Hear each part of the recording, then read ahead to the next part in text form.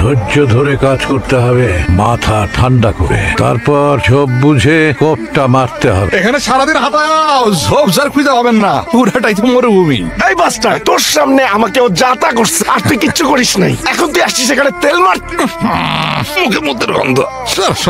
যেটা বলতেছিলাম, বিষয়টা ঠান্ডা মাথা ভাইবা দেখেন। আপনার পোলা যে খেপবে না কেন? খেপার তো কারণ আছে। মুখের উপর মুইতা দিছে, গন্ধ আমি খারাইতে পারি নাই। মন্ত্রী পোলার মুখের উপর মুইতা দিছে, আপনি কিছুই করতে পারেন নাই। এই সব কিছু করছে কার জন্য? ওই সেমনির জন্য। ওই আপনি চিন্তা করেন, আমি খাই দিতেছি, ওটা কোনো বিষয়ই না।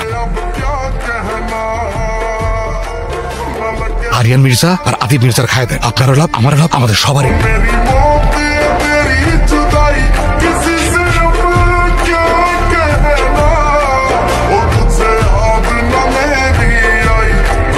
জিল্লু, বল আমার কোঠে নিয়ে আয়।